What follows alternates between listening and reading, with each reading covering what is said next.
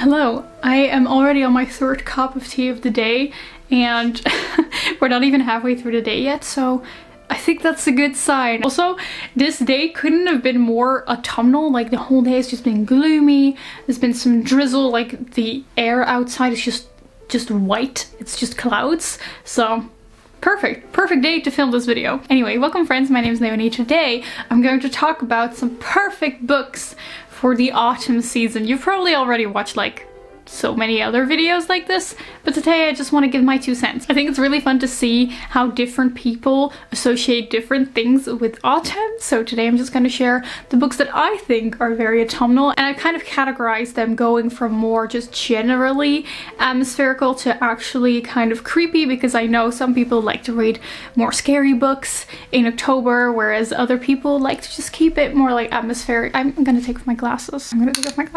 I'm just gonna try to give books in different categories. First, in this video I'm going to give my own recommendations, and then at the end I'm going to share my TBR for books that I really want to read this autumn. So I haven't read them yet, but still they might give you ideas for some books that have very strong autumnal vibes. So let's just begin. The first category is atmospherical. So these are books that I think have that autumnal atmosphere. Dark academia, gothic, nothing actually scary, but it just has that misty, melancholic vibe. The vibes, they have the vibes. The first book that I want to recommend is a dark academia book, and that is If We Were Villains by M.L. Rio.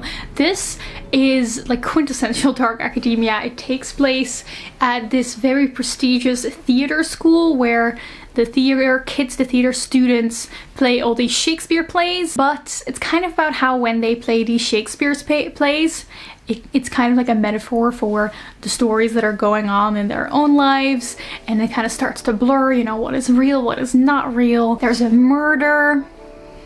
I think anything related to crime fits autumn. This book is very character focused, and I think especially if you love theater or Shakespeare, you're gonna love this. I personally don't really have any affiliation to theater or Shakespeare, but I still love this because the character work is so well done, and it has that gothic vibe, that perfect dark academia vibe of these students at this prestigious school, and you know, having their own like thoughts get in the way, and like the character dynamics between them. And I think this is the perfect book to like read cozied up in a blanket while it's raining outside and you're thinking about, I don't know, some kind of like internal monologue. The second book that I want to recommend is A Cruel Beauty. This is a YA fantasy romance that I haven't talked about in a long time. It's one of my favorites.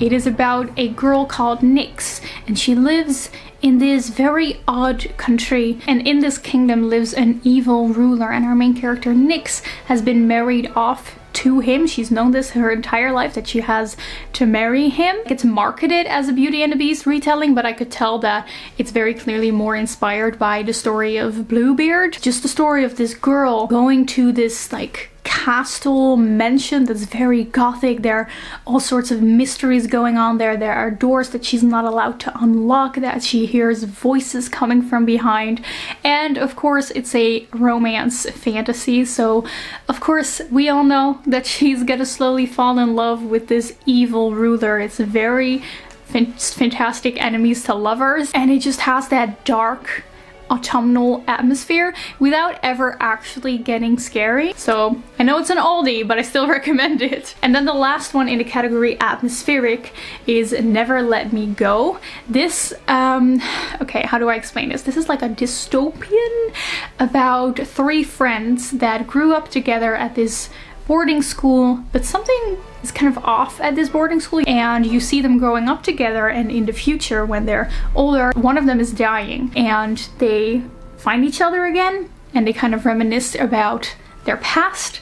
It has a very nostalgic, melancholic feel to it. The entire book is that way, and to me, melancholia, nostalgia just feel very autumnal. So if you're in the mood for like a beautiful literary fiction with a dystopian twist, or maybe it's like a dystopian with a literary twist, I don't know, but it just has that very like melancholic but beautiful feel. I highly recommend reading this in autumn when it's like misty outside or maybe rainy, and I personally thought this story was beautiful, and just, I don't know, it's a very emotional story. I really loved it. Then we are moving on to the next category, which is dark. So these are books that are kind of full of morally gray characters, and I think that just fits autumn, you know? It's like it has that spooky feeling without actually being scary, so it's the perfect middle ground. The first one that I want to recommend is kind of a cop-out, but that is Six of Crows. I know this one's super popular, you've probably already read it, but if you have not yet read it, but you do actually want to read this is a YA fantasy about 6 characters that are very morally gray. They kind of live in like the underbelly of this Amsterdam-inspired city, and just full of thieves and thugs and manipulation, and there's a heist involved, breaking into this prison. There's a lot of character work, a lot of character background, but most importantly just like a lot of morally grayness. If you have yet to pick up this book, or maybe you want to reread it, I highly recommend doing so in the autumn season, because like I said, just like that darkness and that city feel, very autumnal to me. You know, it's like the darkness could also fit in winter, but to me winter has a more like a rural feel, whereas city is like autumn for me. I don't know. Let me know what you think about that. And then we have a new favorite that I read this year, and that is The Picture of Dorian Gray, another dark academia book, but this one is a classic. We follow Dorian Gray, who is this young, beautiful man who is mostly praised for his beauty and his charm, and this painting is made of him because he's so beautiful, but he's so obsessed with this idea of remaining youthful. The painting starts growing old, and he remains young, and we kind of see how this vanity and this greed corrupts Dorian Gray, and like how he is also influenced by the people around him, and it's just a beautiful corruption story. It's very emotional, also very shocking. Did not expect that from this book. There's a lot of beautiful quotes in here, that's why I have all these tabs. Let me just see if I can read you one that I really like. The advantage of emotions is that they lead us astray, and the advantage of science is that it's not emotional. So if you're looking for a good classic to read that has like a dark twist to it during autumn, I highly recommend The Picture of Dorian Gray. So good. And then the last one in this category is, I noticed that I'm just listing all of my favorite books in this video, but that's just because all of the books that I love have a very autumnal feel to them. But I recommend Uprooted by Naomi Novik. I read this 4 years ago. I really need to reread it. I guess maybe right now is the best time to do that. But this is another Beauty and the Beast retelling, very loosely. This one's about a girl named Agnieszka who lives in this rural town that is overruled by a dragon in a tower, but the dragon is actually a man, but they call him the dragon, but he's a wizard, but they call him a dragon. And every 7 years he chooses a girl from this town, and this year Agnieszka is chosen, and she is taken to the tower to live with this dragon. She is just figuring out what's happening there, and it turns out that he's actually going to teach her how to use magic. The magic in this book is very soft. It's an extremely soft magic system, but it's very whimsical and focused on nature. There's also a magical forest in here, a pretty creepy, dark, magical forest that is definitely not to be trusted. And if there's something that I love, it's magical forests, especially if they're evil. Yes, evil trees. I don't know what it is about evil trees, but I like them. So if you want to read a book that's just gonna take you on this very magical journey that revolves around nature and has a really nice enemies to lovers romance in there, I highly recommend picking up Uprooted. Just the way this book looks, dude, this is just autumn. It has like the deckled edges. It's perfect. Alright, moving on to the last section, which is the spooky section. These are the books that, in my opinion, are actually spooky and kind of creepy. I haven't really read a lot of like actual horror books, but I do want to read some more, so if you have any recommendations, leave them in the comments. But these are the 3 spooky books that I would recommend. The first one is kind of an obvious one, but I had to mention it here because it's just perfect, and that is Ninth House by Leigh Bardugo. so good. Another dark academia book, but this time with a fantasy twist. Here we follow Alex Stern, who is studying at Yale. In this world, the idea is that the secret societies at Yale perform kind of magical rituals. There's a lot of necromancy, shape-shifting. A lot of the magic has to do with death and the occult. And she is kind of part of this house, the ninth house, that has to kind of monitor these secret societies to make sure they're not doing anything weird. It also involves a murder. There's ghosts involved. Ghosts actually play a really big role in this story, which is why it goes under the spooky category. But also aside from that, like, I wouldn't call this horror, but it's very, very dark and very graphic.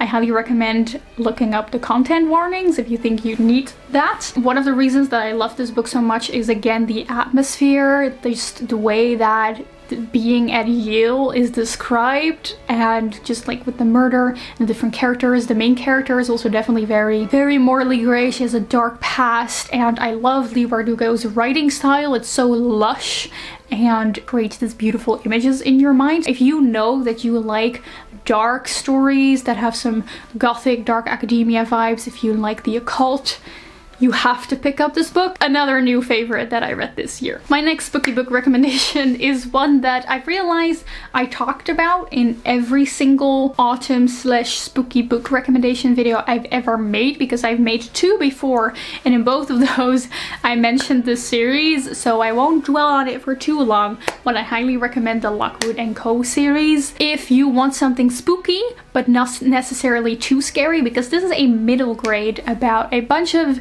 teens, I think they're like 14 years old, that hunt ghosts in London.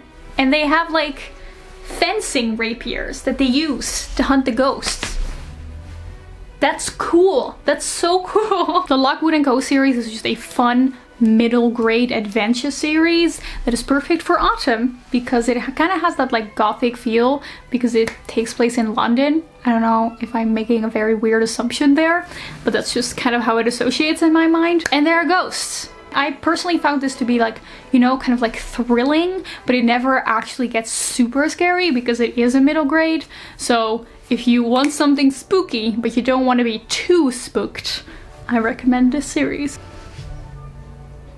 And last but not least, I want to talk about a book that I haven't talked about in a long time, but that is so wonderful, and that is the Book of Lost Things. It's best described as a horror retelling of your favorite fairy tales. It's a guaranteed childhood destroyer. It's about this boy. He sees this really creepy man in the forest, the crooked man, and he follows him, and he ends up in this alternate world. It's a forest, and that is populated by fairy tale characters, but the fairy tale characters aren't like the pretty cute fairy tales that you remember from your childhood. They're actually very dark and twisted. It's a very gory book. It's pretty scary, and it's just this boy kind of navigating his way, his adventure through this magical forest, and he meets all these different fairy tale characters, and it's, like I said, just a horror retelling of these fairy tale characters. So really cool and very autumnal, because it has that combination of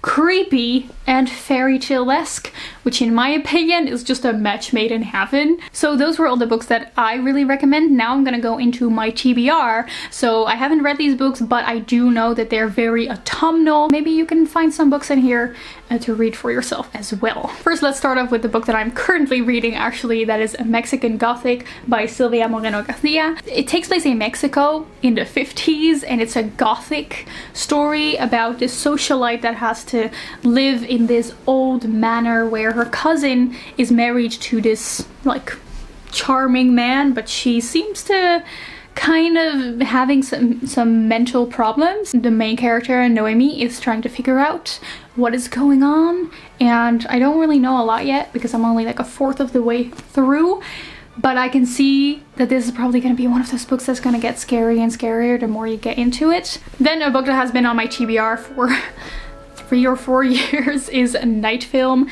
by Marisha Pessl. This is a thriller. I've tried reading this one before. Oh, there's even still like a bookmark in here on page 120, but I need to start over. Like a detective, it's about a murder and there's a cult involved, and it's film. I don't know a lot about it, but that's because it's a thriller, so obviously it's probably better to go into this not knowing much. Another book that I really want to read is A Study in Charlotte. This is a retelling of Sherlock Holmes, and it takes place at this boarding school, and it just sounds like, you know, like good, fun, cozy crime. I'm hoping that this is gonna be what I wanted from Truly Devious, because I think Truly Devious kind of has that same vibes, but I was a bit disappointed by Truly Devious, so I'm hoping that A Study in Charlotte can, I would just say that, satisfy my boarding school murder mystery YA needs. Then another horror book that I'm gonna try to read. I'm actually lending this from my housemate, and that is Wilder Girls by Rory Power. I recently watched the movie Annihilation on Netflix, which I thought was so cool. Like, honestly, I love this movie, and my housemate also loves that movie, and she told me that this book is actually very similar vibes to that movie, and it also, like, the best-selling author of the book Annihilation also blurbed Wilder Girls, so I think that's a good sign. Don't know anything about this book other than it's about a bunch of girls in this remote area, and they have mutations that cause all sorts of different creepy things happening to their bodies. It's supposedly very gory, and I'm really excited. And I think that's gonna be like my third horror book ever. So I'm excited to see what I think of that. A book that recently came out that I really want to read is the new release by Naomi Novak, and you guys know that I love Naomi Novak, she never disappoints me, but that is A Deadly Education. This is another dark academia book. Can you sense the theme here? This is about a magical boarding school, kind of like Hogwarts, where people learn magic. If you don't pass, you die.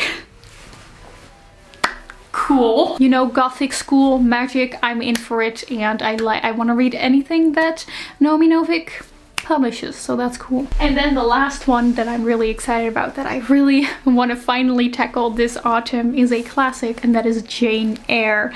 I feel like classical gothic novels are perfect for the fall, you know, like gothic mansions and mist and handsome charismatic house owners and like stories in the past. That all just feels very autumnal to me, so I'm really excited to dive into Jane Eyre somewhere this autumn. I'm a bit scared because it's a pretty long classic. I think this might be the longest classic I've ever read. No, not the longest, but still. It's 500 pages, but I'm really excited about this one. Alrighty, my guys, those were all of the books that I think have very autumnal, dark, spooky, atmospheric feels. If you have any more recommendations for very autumnal appropriate books, let me know in the comments so we can also give each other some recommendations. If you enjoyed this video, give it a like and maybe subscribe if you want to. You can follow me on all of my social medias at @thebookleo. I really hope you enjoyed this video, and I will see you soon in another one. Goodbye.